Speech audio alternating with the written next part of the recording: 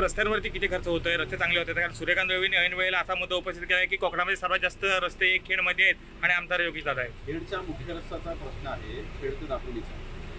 त्यात कसं अर्धवट ज्ञान त्यांना आहे.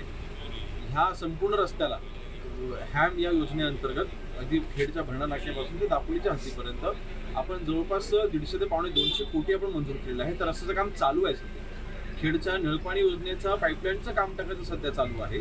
ते काम जोपर्यंत संपत नाही तोपर्यंत आपण गटाराचं काम करू शकत नाही. गटाराचं काम करू शकत नाही तोपर्यंत आपण रस्त्याचं काम करू शकत नाही. म्हणून थोडाफार त्रास होतो, मला ती कल्पना आहे.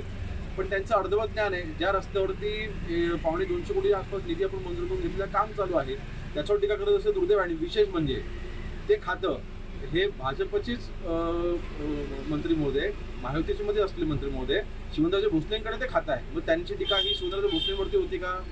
त्यांनी विचार करायला पाहिजे होता ह्याच्यावरती.